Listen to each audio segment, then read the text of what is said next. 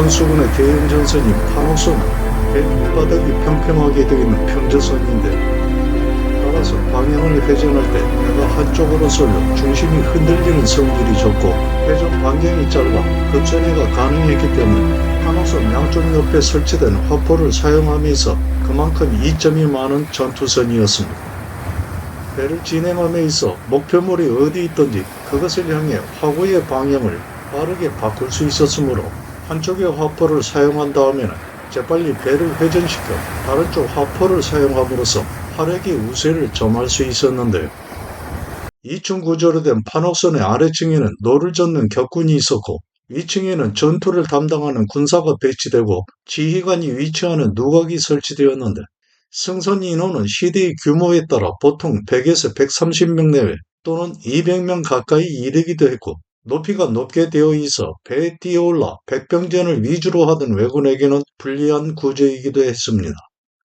반면에 외선은 대부분 배 밑바닥이 V자 형태인 첨저선이었는데 속도에서는 유리하지만 회전 반경이 커 방향을 바꾸는데 그만큼 이동 거리가 길어져 시간이 걸리기 때문에 즉시로 대응해야 하는 근접 전투 때에는 그만큼 불리할 수밖에는 없었습니다.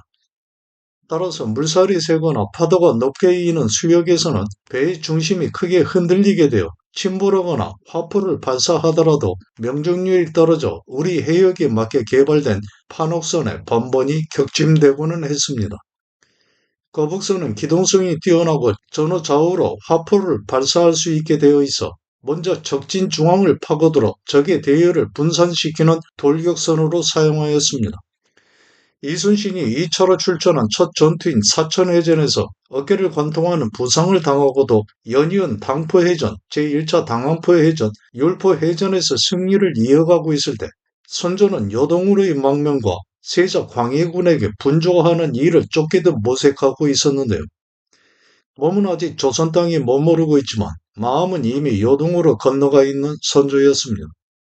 자신은 요동으로 가고 아들인 세자 광해군을 조선에 남게 하여 전란에 초토화되고 있는 나라를 살필 것을 말한 선조는 몇 차례에 걸쳐 전이할 뜻을 나타내고는 했지만 신하들 누구도 선조의 진심이라고 받아들이지 않았습니다. 왜적은 경성을 비우고 피난하는 선조를 뒤쫓아 함경도 방향과 평안도 방면에 두 갈래로 길을 나누어 북상하고 있었는데요.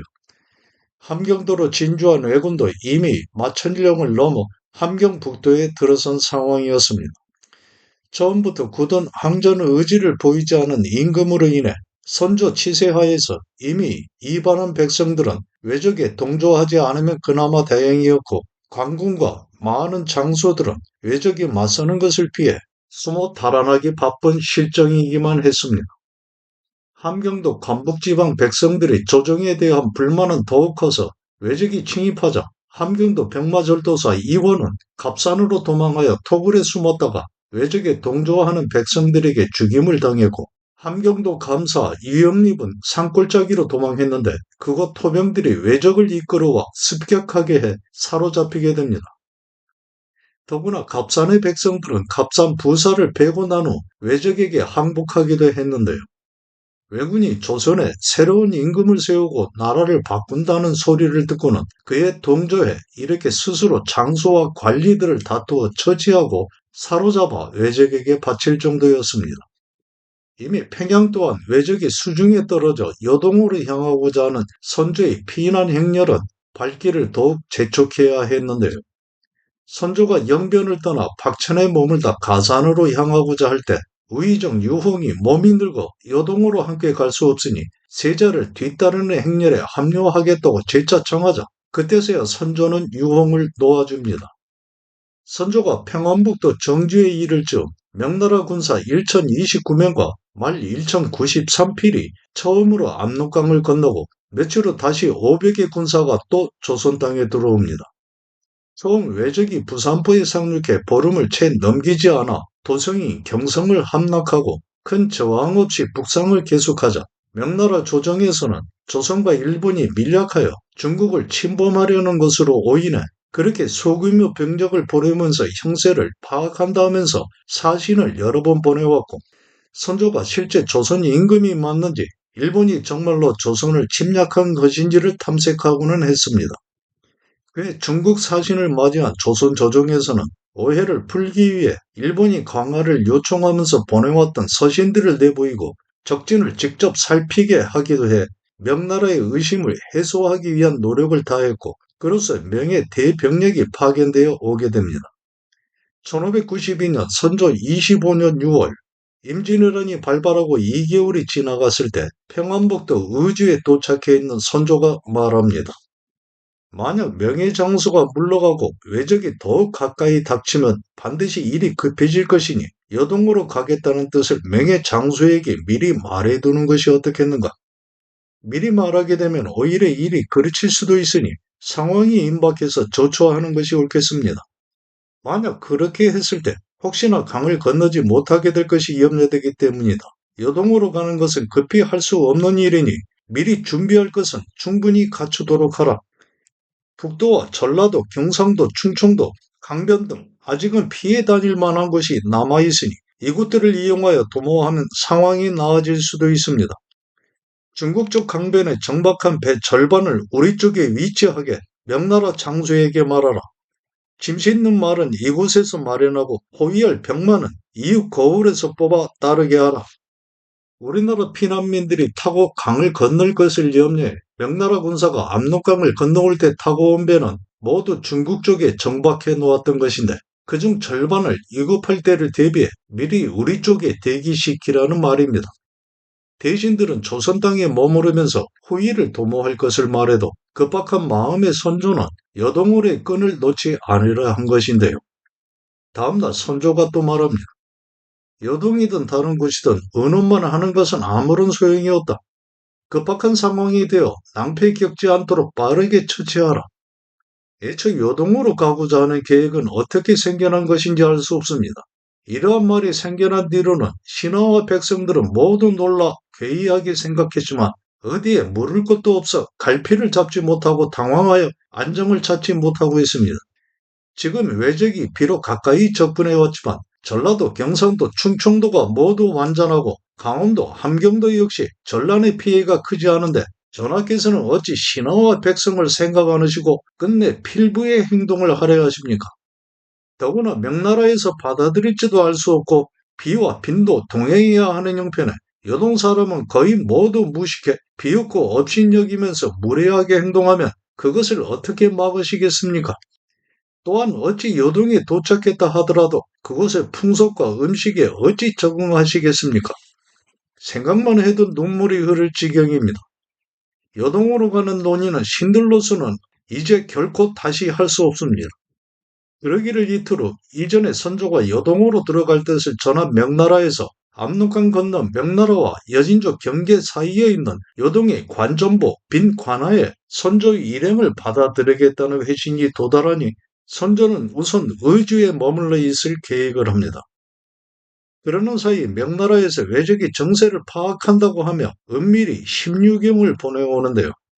실상은 외적의 기세에 두려움을 느낀 명나라가 외적의 장수를 만나 비밀리에 강화를 청하고자 했던 것입니다. 심유경은 모사에 능하고 달변으로 평소길과 평의지와도 안면이 있다고 말하기도 했는데요. 자신들이 예상했던 것보다 수월하게 북진을 이어가던 왜군은 애초 서해를 통해 군량과 물자를 공급받을 계획이었습니다. 그러나 앞서 벌어진 연이은 해전에서 이순신 함대의 패배에 남해를 돌아 서해상으로의 진입이 어려워지자 대함대를 동원해 조선수군을 격파할 계획을 수립하였고 총 73척의 전투선을 모아 조선수군과의 일대 격전을 펼칠 준비를 합니다. 1592년 7월 6일 여수 본영에 돌아와 있던 이순신은 사천해전에서 입은 부상이 아물지 않았음에도 몸을 추슬러 전라 우수사 이역기와 노량에서 만나 48척의 함선을 이끌어 on경과 합류하니 조선수군은 총 55척의 함대를 이뤄 외적의 동향을 탐색해 갑니다. 7월 8일 외적의 배들이 견내량에 정박해 있다는 첩보를 입수한 이순신은 적선을 앞바다로 유인해 섬멸할 계책을 세우는데요. 거제도와 육지 사이에 있는 견내량 해협은 지형이 좁은 문길로 전투를 치르기에는 장애물도 많아 적합하지 않았고 또 전투에 패배한 적군이 육지로 도망하기가 수월해 적선을 넓은 바다로 이끌어 모두를 일거에 경멸하고자 한 것입니다. 임진왜란이 발발하고 왜군과 조선수군 사이에 역량을 결집해 치르게 되는 최초의 대결전이었기 때문에 만약 조선수군이 패배하게 된다면 남해와 서해바다 모두를 왜적이 장악하게 돼 조선의 운명은 다하게 되는 매우 중대한 해상전이었습니다.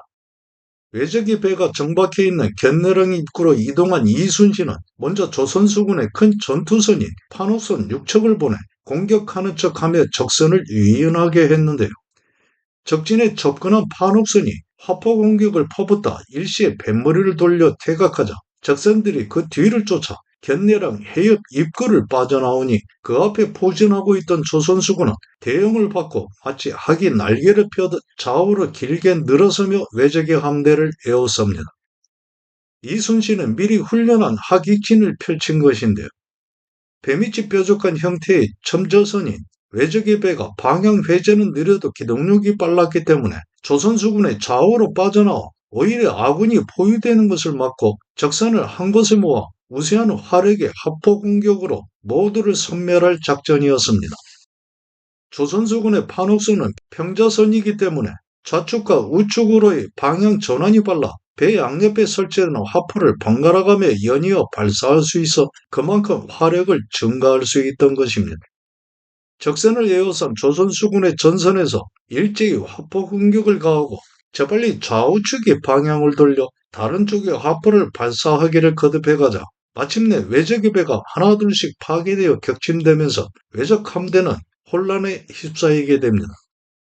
화포 공격으로 불에 타거나 파괴되어 침몰하는 배는 왜적의 전선뿐이었는데 이날 이순신이 조선수군에 대피한 왜적의 배 47척이 침몰하고 12척이 납포되었으며 나머지 14척은 침몰을 피해 도주합니다.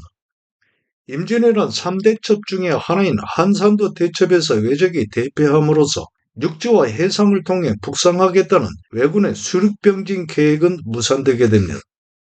이틀 후인 7월 10일 새벽 한산도에서 대승을 거둔 이순신의 조선함대는 왜적 수군의 잔여 함선을 수색하다 진해의 앙골포에 적선 42척이 머물고 있다는 소식을 접하고 바로 앙골포로 향합니다. 앙골포 포구 또한 지형이 협소하고 수심이 얕아 큰 배가 접근하기에 어려운 곳이었습니다. 때문에 견내령에서와 같이 적선을 유인해 내려 했지만 한산도에서의 대패로 두려움에 젖어 있는 왜적은 한바다로 나오려 하지 않고 해안에 인접해 있는 상태로 방어에만 치중하는 형세였습니다. 그러다 불리하면 배를 놓아두고 육지로 도망할 심산이었는데요. 왜적들이 끝내 유인작전에 걸려들지 않자 이순신은 작전을 바꿔 적의 도망을 저지할 예비 함선을 뒤에 남겨두고 선두에 서서 적진을 향해 나아가 여러 장수들에게 명해 번갈아가며 왜적을 공격하게 합니다. 그 결과 42척의 전선 중 대부분이 파괴되거나 불에 타 사라져버렸는데요. 겨우 살아난 목숨을 부지한 왜군들은 육지에 올라 도망합니다. 한반도의 강은 동거 소재의 지형 특성상 대부분 서해로 흘러드는데 한산도와 앙골포에서 연이어 왜적의 수군이 대패하자 왜군의 사기는 크게 꺾이고 이후 해상에서의 전투를 기피하면서 서해로 진출하지 못한 왜군은 육상으로의 공급이 차질을 빚게 되었고 선봉이 고니시 유키나가도 평양에서 발목 잡히게 됩니다.